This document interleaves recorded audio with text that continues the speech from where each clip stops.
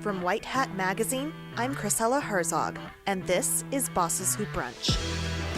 March is Women's History Month, and we're celebrating with a special podcast feature produced in partnership with our friends at the Diplomatic Courier.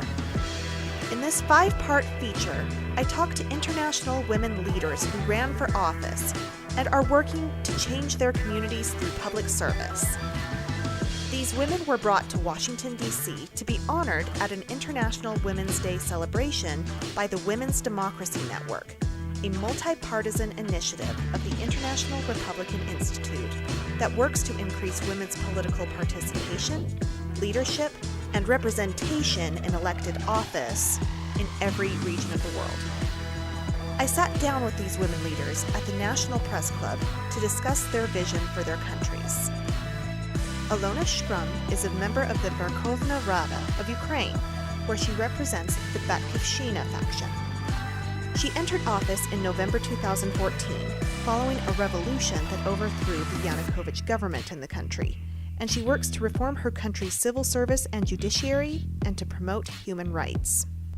Alona, welcome to Bosses Who Brunch. It's great to have you here today. Thank you so much. So, what inspired you to run for office?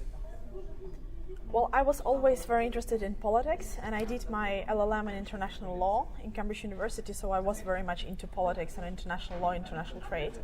But basically, the ultimate inspiration was Revolution of Dignity. So I was old enough to understand what is going on, not like the first Orange Revolution where I participated as a student, first-year student. And I've seen how many people actually supported the democracy ideas, and I feel so much connected to the rest of the country. So when people just started coming to Kiev and protecting the students who were beaten by the forces of the president and by the government, it showed to me that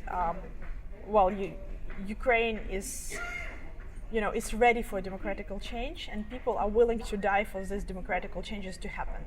And I got actually at the time a couple of job offers in London and in Council of Europe, and so I rejected those job offers, even though they were fantastic, and I could not just leave at the time, so I stayed, and this was the ultimate inspiration to try to do something. And if it meant to be a volunteers, and we had to be volunteers, everybody was a volunteer back then, and it was such a feeling of patriotic inspirational uplift. Then this was the ultimate inspiration. That's amazing. What kind of change do you want to make in your country? What's your vision for Ukraine?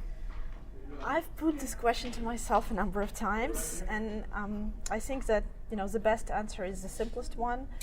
I want Ukraine to be a country of happy people. So right now, Ukrainians are very unhappy. They are unhappy with how the economy is going, with the corrupt officials, with people in power, with the oligarchs who divided the country, and we have some of the richest people in the world, like one of our ex-oligarchs who actually owned, with air quotes, owned the eastern part of Ukraine, was the richest billionaire in Europe.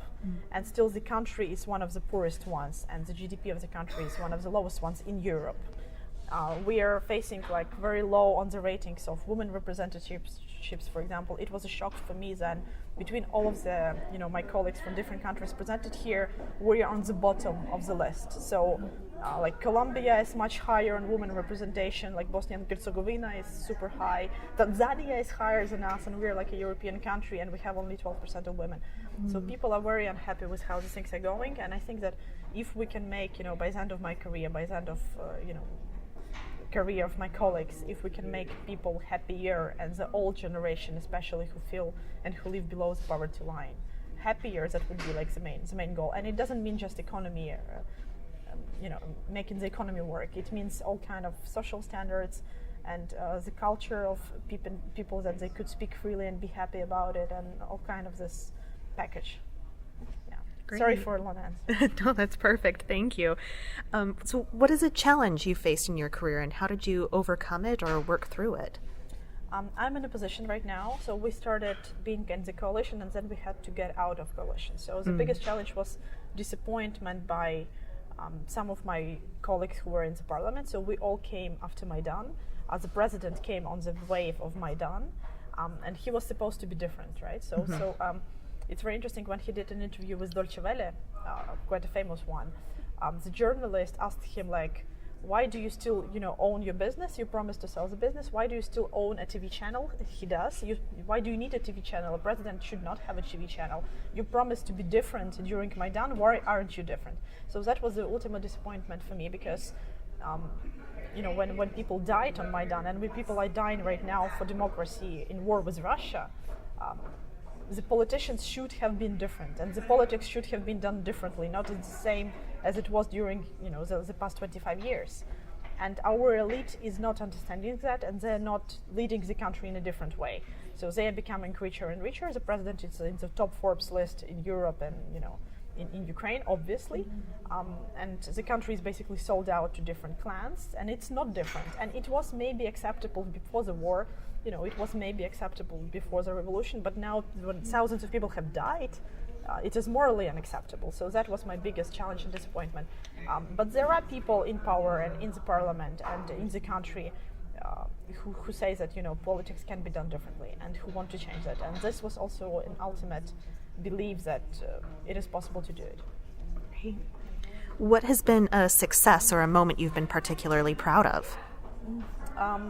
Well, I'm the head of the subcommittee on the reform of the civil service.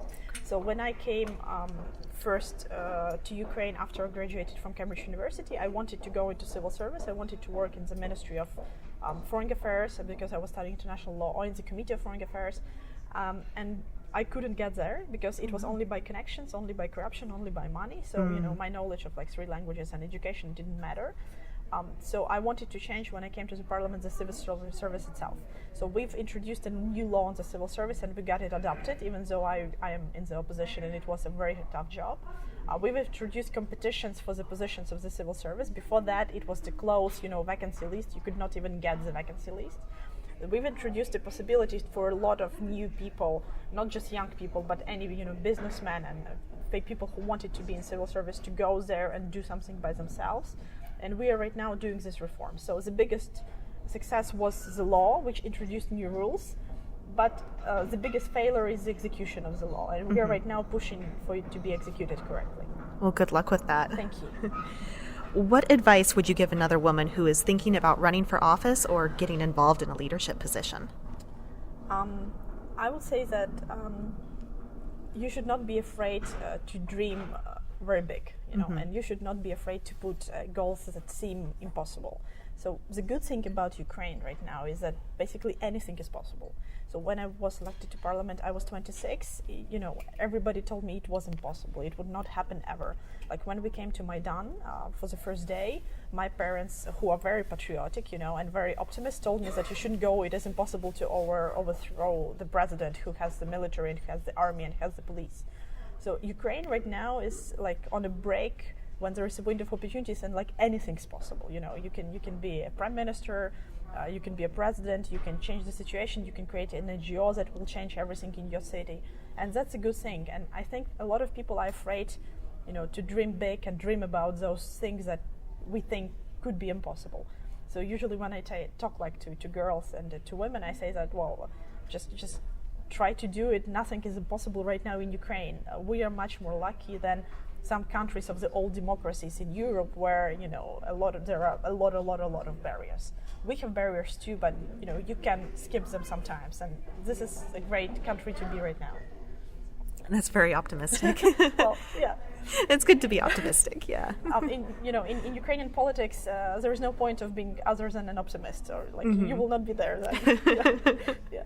Well, good luck, and thank you so much for being here today. Thank you so much.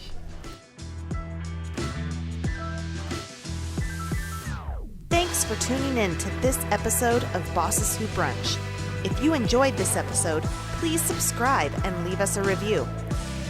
Bosses Who Brunch is a production of White Hat Magazine.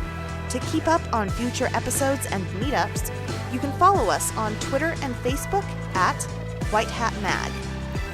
You can also find more information about White Hat Magazine and Bosses Who Brunch at whitehatmag.com.